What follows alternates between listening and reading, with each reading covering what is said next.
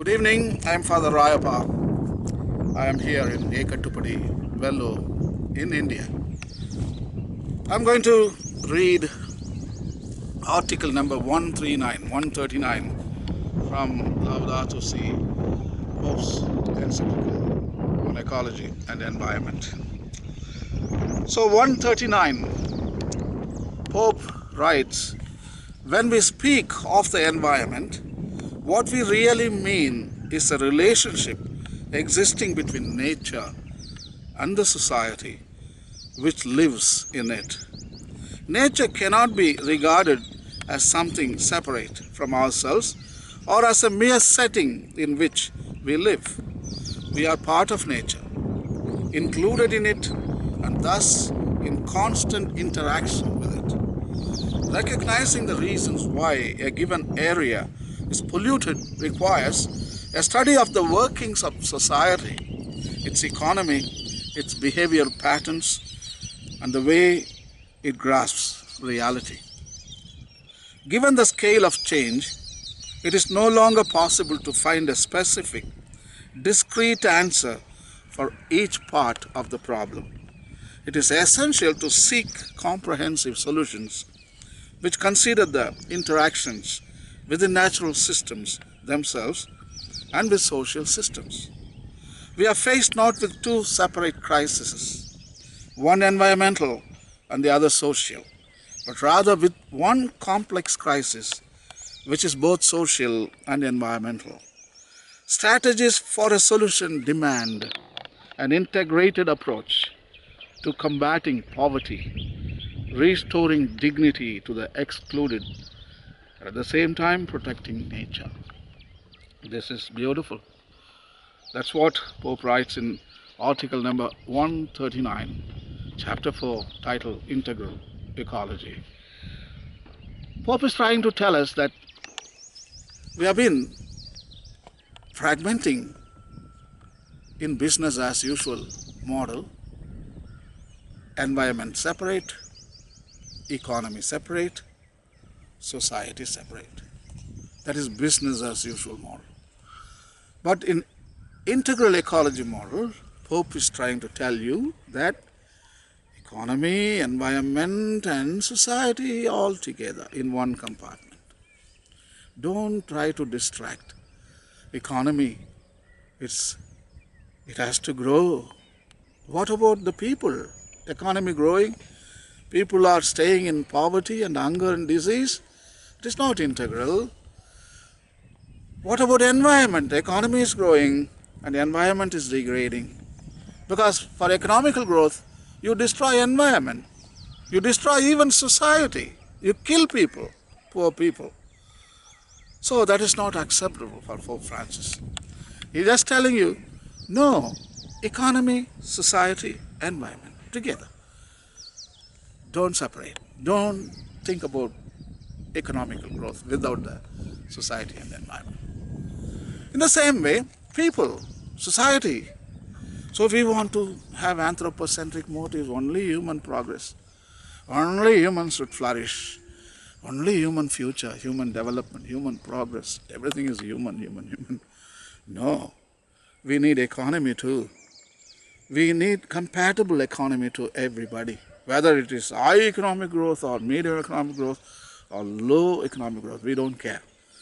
But it is affordable, it is compatible to everybody, so that kind of economical growth we should have. So people should be included in economical growth. We shouldn't isolate them. At the same time, people should go beyond even economic growth. Every economic growth is for us. What about environment? Only humans should flourish. What about the other creatures? What about the land, water? Actually, humans were flourishing because we are important species. We are the only one species worthy of living on this planet. That's what we understand.